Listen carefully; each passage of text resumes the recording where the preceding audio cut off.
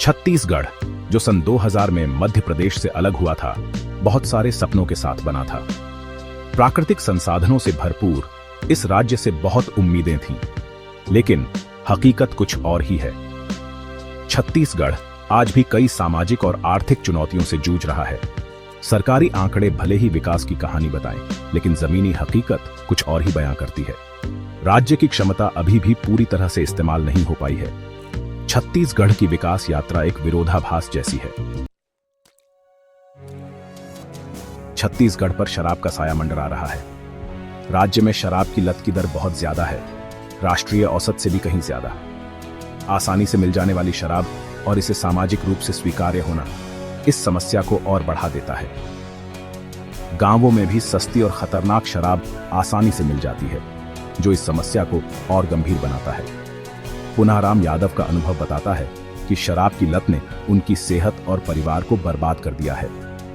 छत्तीसगढ़ के अनगिनत परिवार ऐसे ही संघर्षों का सामना कर रहे हैं। घरेलू हिंसा, स्वास्थ्य समस्याएं और कामकाज में नुकसान, ये कुछ ऐसी समस्याएं हैं जो शराब की लत से जूझ रहे परिवारों को परेशान करती हैं। इस समस्या से निपटने के लिए सख्त नियम, जागरूकता अभियान और पुनर्वास कार्यक्रमों वाला एक पूरा प्लान जरूरी है। छत्तीसगढ़ भारत के रेड कॉरिडोर के बीच में है, जो नक्सलवाद से जूझ रहा है।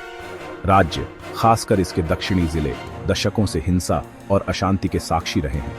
नक्सलवाद उन इलाकों में पनपता है जहां सरकार कमजोर है, गरीबी है और सामाजिक असमानता है। बुनियादी ढांचे, शिक्षा और रोजगार के अवसरों की कमी चरमपंथी विचारों को जड़ें जमाने का मौका देती है। नक्सलवाद की वजह से प्रभावित इलाकों में विकास बुरी तरह रुका हुआ है। डर और असुरक्षा निवेश को रोकती है और जरूरी सेवाओं को पहुंचने से रोकती है। स्कूल और अस्पताल अक्सर निशाने पर होते हैं, जिससे लोगों को जरूरी सुविधाएं नहीं मिल पाती। हिंसा और अविकसितता का यह चक्र कई पीढ़ियों को गरीबी और निराशा के दुष्चक्र में फंसाए रखता है। नक्सलवाद से निपटने के लिए एक बहुआयामी रणनीति की जरूरत है।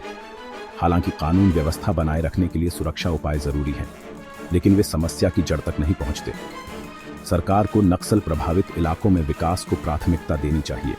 बुनियादी ढांचे, शिक्षा और रोजगार के अवसरों को बेहतर बनाने पर ध्यान देना चाहिए। स्थानीय लोगों को सशक्त बनाना और उनकी शिकायतों को दूर करना, शांति बहाल करने और विकास को बढ़ावा देने के लिए बहुत जरूरी है। अशिक्षा छत्तीसगढ़ के विकास में एक बड़ी बाधा है। कुछ प्रगति के बावजूद राज्य की साक्षरता दर अभी भी राष्ट्रीय औसत से पीछे है।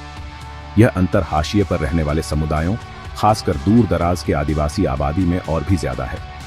अच्छी शिक्षा की कमी गरीबी के चक्र को जारी रखती है और आने वाली पीढ़ियों के लिए अवसरों को सीमित करती है। एक आदिवासी गांव का होनहार लड़का मंगल मरकाम डॉक्टर बनने का सपना देखता था। हालांकि उसके सपने तब टूट गए जब उसे प्राथमिक शिक्षा पूरी करने के बाद स्कूल छोड़ना पड़ा। उसके परिवार की खराब आर्थिक स्थिति ने उसे अपने परिवार का भरण पोषण करने के लिए खेतों में काम करने के लिए मजबूर कर दिया। मंगल की कहानी उन चुनौतियों की याद दिलाती है जो छत्तीसगढ़ के अनगिनत बच्चों को अच्छी शिक्षा पाने से रोकती है। छत्तीसगढ़ में कम साक्षरता दर के कई कारण हैं। गरीबी कई बच्चों को स्कूल छोड़ने और अपने परिवार का समर्थन करने के लिए काम करने के लिए मजबूर करती है। स्कूलों और योग्य शिक्षकों की कमी, खासकर दूर दराज के इलाकों में, समस्या को और बढ़ा देती है। सांस्कृतिक कारक, जैसे शिक्षा के महत्व के बारे में जागरूकता की कमी, भी एक भूमिका निभाते हैं। भाग 5, आर्थिक निर्भरता, विविधता की जरूरत। छत्तीसगढ़ की अर्थव्यवस्था खनन और निर्माण पर बहुत ज्यादा निर्भर है। हालांकि ये क्षेत्र राज्य की जीडीपी में महत्वपूर्ण योगदान देते हैं, लेकिन ये इसे वैश्विक कमोडिटी कीमतों में उतार चढ़ाव के प्रति भी संवेदनशील बनाते हैं। कुछ उद्योगों पर जरूरत से ज्यादा निर्भरता ने विविध अर्थव्यवस्था के विकास में बाधा डाली है, जिससे रोजगार के अवसर और स्थायी विकास सीमित हो गया है। कृषि क्षेत्र, जो आबादी के एक बड़े हिस्से को रोजगार देता है, अविकसित रहता है।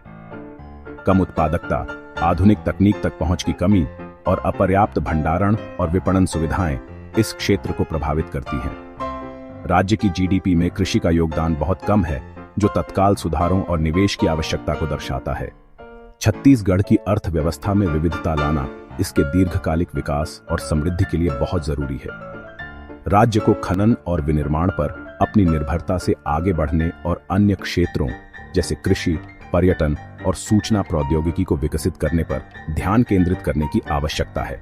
उद्यमिता को बढ़ावा देना और छोटे और मध्यम आकार के उद्यमों के विकास का समर्थन करने से रोजगार पैदा होगा और समावेशी विकास को बढ़ावा मिलेगा। भाग 6। भ्रष्टाचार, जनता का भरोसा टूट रहा है। छत्तीसगढ़ में भ्रष्टाचार एक बड़ी समस्या बन गया है, जिससे शासन में जनता का भरोसा कम हो रहा है और विकास बाधित हो रहा है। छोटी रिश्वतखोरी से लेकर बड़े घोटालों तक भ्रष्टाचार कई रूपों में दिखाई देता है। पारदर्शिता और जवाबदेही की कमी एक ऐसा माहौल बनाती है जहां भ्रष्ट आचरण फलता फूलता है, जरूरी सेवाओं से संसाधनों को मोड़ता है और कानून के शासन को कमजोर करता है। छत्तीसगढ़ हाल के वर्षों में कई हाई प्रोफाइल भ्रष्टाचार घोटालों से हिल गया है। कुख्यात शराब घोटाला, सार्वजनिक वितरण प्रणाली घोटाला और कोयला घोटाला राज्य में व्याप्त भ्रष्टाचार के कुछ उदाहरण हैं। ये घोटाले न केवल वित्तीय नुकसान का कारण बनते हैं, बल्कि सरकार की प्रभावी और नैतिक रूप से शासन करने की क्षमता में जनता के विश्वास को भी कम करते हैं। भ्रष्टाचार से निपटने के लिए एक बहुआयामी दृष्टिकोण की आवश्यकता है। संस्थानों को मजबूत करना, पारदर्शिता और जवाबदेही को बढ़ावा देना और नागरिकों को भ्रष्ट आचरणों की रिपोर्ट करने का अधिकार देना आवश्यक कदम है। सरकार को कानून के शासन को बनाए रखने और भ्रष्ट अधिकारियों को जवाबदेह ठहराने के लिए एक अटूट प्रतिबद्धता प्रदर्शित करनी चाहिए, चाहे उनका पद या प्रभाव कुछ भी हो। भाग 7। डिजिटल दुनिया से जोड़ना। डिजिटल विभाजन छत्तीसगढ़ की प्रगति के लिए एक बड़ी चुनौती है। इंटरनेट और मोबाइल फोन के मामले में राज्य राष्ट्रीय औसत से पीछे है। तकनीक तक सीमित पहुंच से जानकारी, शिक्षा और आर्थिक अवसरों तक पहुंच बाधित होती है, खासकर ग्रामीण और दूर दराज के इलाकों में रहने वालों के लिए। आज के डिजिटल युग में इंटरनेट तक पहुंच एक विलासिता नहीं, बल्कि एक जरूरत है। यह जानकारी, शिक्षा, स्वास्थ्य सेवा और कई आर्थिक अवसरों का द्वार है। छत्तीसगढ़ के सभी नागरिकों को विकास का समान अवसर मिल सके, इसके लिए डिजिटल विभाजन को पाटना बहुत जरूरी है। सरकार को डिजिटल बुनियादी ढांचे में निवेश को प्राथमिकता देनी चाहिए, खासकर उन इलाकों में जहां सुविधाएं कम हैं। इसमें ब्रॉडबैंड कनेक्टिविटी का विस्तार, उपकरणों तक सस्ती पहुंच को बढ़ावा देना और डिजिटल साक्षरता को बढ़ावा देना शामिल है। डिजिटल विभाजन को पाटने और समावेशी विकास के लिए तकनीक की शक्ति का उपयोग करने में सार्वजनिक निजी भागीदारी महत्वपूर्ण भूमिका निभा सकती है। भाग 8। कार्रवाई का आह्वान। छत्तीसगढ़ के युवाओं को सशक्त बनाना। छत्तीसगढ़ के युवा राज्य की सबसे बड़ी संपत्ति है। इस निबंध में बताई गई चुनौतियों से पार पाने के लिए उनकी ऊर्जा, आदर्शवाद और बदलाव को अपनाने की इच्छा बहुत जरूरी है। राज्य की असली क्षमता को बाहर लाने के लिए युवाओं को शिक्षा, कौशल विकास और निर्णय लेने की प्रक्रियाओं में सार्थक भागीदारी के अवसरों के माध्यम से सशक्त बनाना आवश्यक है। छत्तीसगढ़ के युवाओं को इस अवसर पर आगे आना चाहिए और बदलाव के वाहक बनना चाहिए। उन्हें अपने नेताओं से जवाबदेही की मांग करनी चाहिए, पुराने रीति रिवाजों को चुनौती देनी चाहिए और एक अधिक न्याय संगत, समान और समृद्ध समाज बनाने की दिशा में काम करना चाहिए। अपनी सामूहिक शक्ति का उपयोग करके और साथ मिलकर काम करके वे अपने और आने वाली पीढ़ियों के लिए एक उज्जवल भविष्य बना सकते हैं। छत्तीसगढ़ एक दौराहे पर खड़ा है। आगे का रास्ता चुनौतियों से भरा है, लेकिन यह अपार अवसरों से भी भरा है। अपनी सामाजिक आर्थिक समस्याओं के मूल कारणों का समाधान करके और अपने युवाओं को सशक्त बनाकर छत्तीसगढ़ अपनी वर्तमान स्थिति पर काबू पा सकता है और एक समृद्ध और समावेशी राज्य के रूप में अपनी वास्तविक क्षमता को साकार कर सकता है। अब कार्रवाई का समय आ गया है। छत्तीसगढ़ का भविष्य उसके लोगों, खासकर उसके युवाओं के हाथों में है।